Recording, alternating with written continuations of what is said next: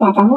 I hope आपको पसंद आएगी। इसकी आगे की कहानी को बिना किसी देरी तो अब तक हमने देखा कि टर्बो ग्रैनी जिंदा है, जो कि अब एक डॉल बन चुकी है और साथ में उसने ओकारुन की दोनों बॉल्स कहीं पर गिरा दी हैं। तभी ग्रैनी बताती है कि उन बॉल्स पर ग्रैनी की स्पिरिचुअल एनर्जी का कवर चढ़ा हुआ है और वो बिल्कुल सोने के अंडे जैसी चमक रही होगी। उसे देखते ही ये लोग पहचान लेंगे। मोमो और ओकारुन रात को ही बॉल्स को ढूंढने निकल गए थे, पर उन्हें कुछ नहीं मिलता, जिस पर टर्बो ग्रैनी कहती है कि शायद उन्हें किसी और ने उठा लिया होगा। उन बॉल्स में पावरफुल लाइफ फोर्स भरी हुई है, जिनकी तरफ आत्माएं और भूत आकर्षित होते हैं। उन्हें लगता है कि अगर वो लाइफ फोर्स वाले ढेर सारे आइटम्स इकट्ठा कर लेंगे तो वो वापस से जिंदा हो सकते हैं। इसीलिए शैतानी आत्माएं लोगों पर हमला करके उनकी लाइफ फोर्स चुराने की कोशिश करती है। मोमो कहती है कि अगर किसी ने उन बॉल्स को उठा लिया होगा तो फिर तो वो हमें कभी नहीं मिलेगी, जिस पर टर्बो ग्रैनी बोलती है कि मुझे क्या फर्क पड़ता है। ये सुन दोनों उसे जूतों से मारने लगते हैं और उसका पापड़ बना देते हैं। मोमो कहती है कि उन्हें वापस घर चलकर कुछ और सोचना चाहिए। घर पर सेइको कहती है कि वो अपने कुछ जान पहचान के लोगों से उन बॉल्स के बारे में जानकारी लेने की कोशिश करेगी।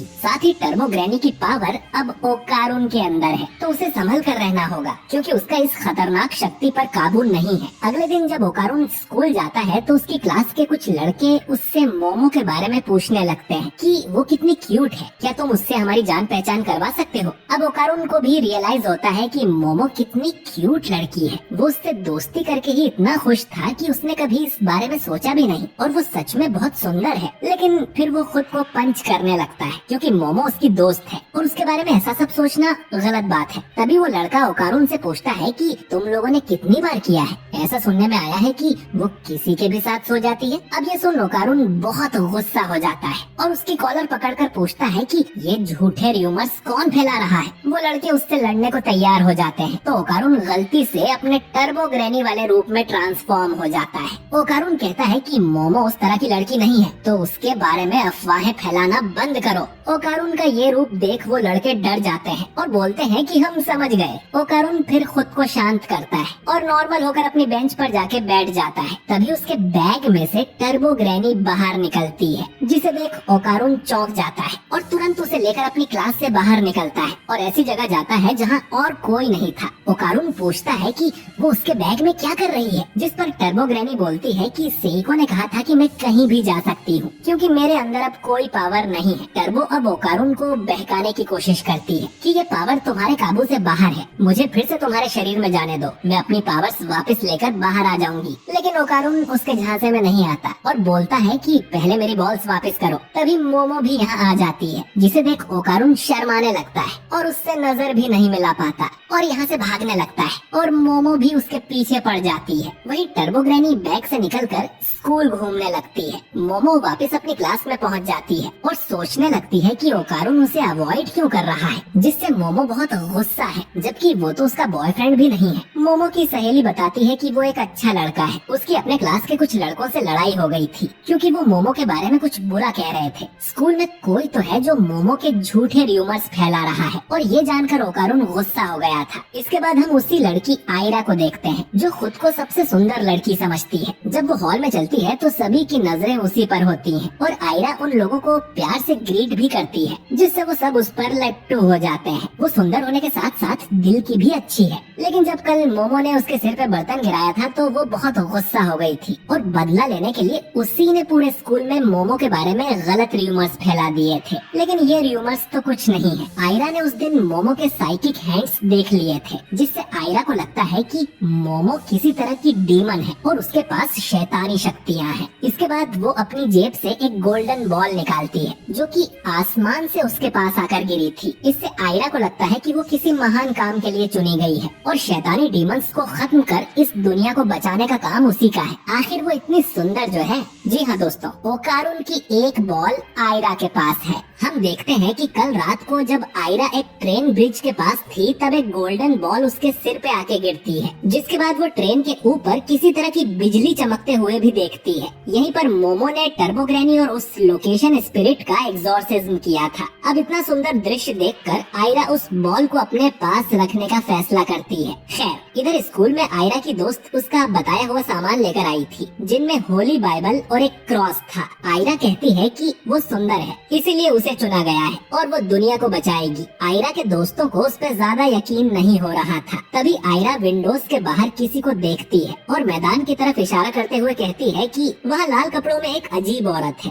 पर उसकी सहेलियों को कुछ दिखाई नहीं देता। आयरा को लगता है कि ये औरत मोमो की पहचान वाली होगी, जिसे इन पर जासूसी करने भेजा गया है, और वो अपनी दोस्तों को छुपने को बोलती है। तभी दो लड़के इस तरफ आते हैं और पूछते हैं कि आयरा नीचे क्यों बैठी है, जिस पर आयरा बोलती है कि उसे गर्मी लग रही थी, इसीलिए वो नीचे बैठ गई। वो अपनी सहेलियों से कहती है कि वो उसे स्कूल के बाद मिले, और टर्बो ग्रैनी भी छुपकर ये सब नाटक देख लेती है। इसके बाद स्कूल की छत पर मोमो और ओकारुन बैठे हुए थे, और ओकारुन अब भी मोमो से नजरें नहीं मिला पा रहा था। ओकारुन कहता है कि वो तो टर्बो पे नजर रखे हुए है ताकि वो कहीं भाग न जाए। टर्बो कहती है कि अगर मैं भाग भी गई तो कौन सा तुम मुझे रोक लोगे, जो सुन मोमो भड़क जाती है। इसके बाद टर्बो बताती है कि वो स्कूल में गोल्डन बॉल्स ढूंढ रही थी और तभी उसने एक अजीब औरत को देखा। मोमो बोलती है कि पागल बुढ़िया, वो बॉल्स स्कूल में क्यों होंगी। ओकारुन को भी लग रहा था कि वो बॉल्स किसी भूत को नहीं बल्कि किसी इंसान को मिली होंगी। वो दिखने में सोने की लगती है तो कोई भी उसे जरूर उठा लेगा। टर्बो कहती है कि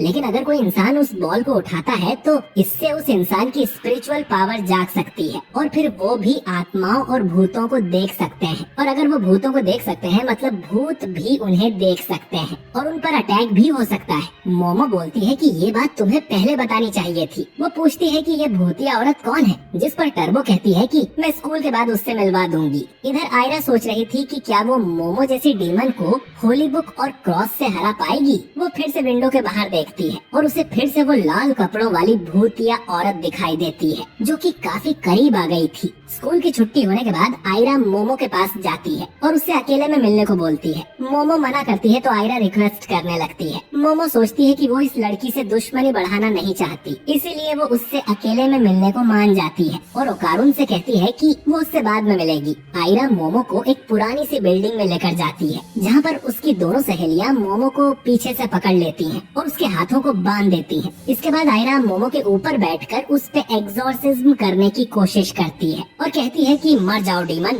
अपनी दुनिया में वापस लौट जाओ। मोमो अब इनसे परेशान हो जाती है और अपनी साइकिक पावर से आयरा की दोस्तों को उठाकर दूर फेंक देती है। आयरा को लगता है कि सिर्फ क्रॉस से बात नहीं बन रही, तो वो अपनी गोल्डन बॉल भी बाहर निकाल लेती है। ये देखते ही मोमो समझ जाती है कि ओकारुन की बॉल आयरा के पास है। आयरा कहती है कि ये पवित्र बॉल उसे ऊपर वाले ने दी है, जिससे आयरा इस दुनिया को बचा सके। मोमो उसे समझाने की कोशिश करती है कि वो बॉल ओकारुन की है, लेकिन आयरा कुछ सुनने को तैयार ही नहीं थी। तभी मोमो को ढूंढता हुआ ओकारुन यहाँ आ जाता है। मोमो उसे बताती है कि तुम्हारी बॉल उस लड़की के पास है और यही वो भूतिया औरत है, जिस पर ओकारुन भागते हुए कहता है कि वो भूतिया औरत नहीं है, बल्कि इस पर तो उस भूतिया औरत का अटैक होने वाला है। तभी वो लाल कपड़ों वाली भूतिया औरत आती है और आयरा को उठा लेती है। ये औरत आयरा से कहती है कि वो उसकी मदर है। ओकारुन अब टर्बो फॉर्म में ट्रांसफॉर्म होकर आयरा को बचाने की कोशिश करता है, लेकिन इतनी स्पीड में भी वो औरत उसे डॉज कर देती है, क्योंकि उसके पास कमाल की एक्रोबैटिक स्किल्स थी। वो अब ओकारुन को उठाकर खाने लगती है। मोमो उसे बचाने की कोशिश करती है तो वो औरत मोमो को लात मार के दूर फेंक देती है और ओकारुन को पूरा निगल जाती है। वो औरत फिर आयरा से कहती है कि उसने 10 साल तक इंतजार किया है और अब जाके आयरा उसे देख सकती है। जब आयरा बहुत छोटी थी तब उसने इस औरत को मम्मी बोल दिया था, जो सुन ये औरत बहुत खुश हुई थी, लेकिन आयरा को बिल्कुल याद नहीं था कि ये औरत कौन है। वो मोमो से बोलती है कि हमें मिलकर इस डीमन औरत को हराना चाहिए।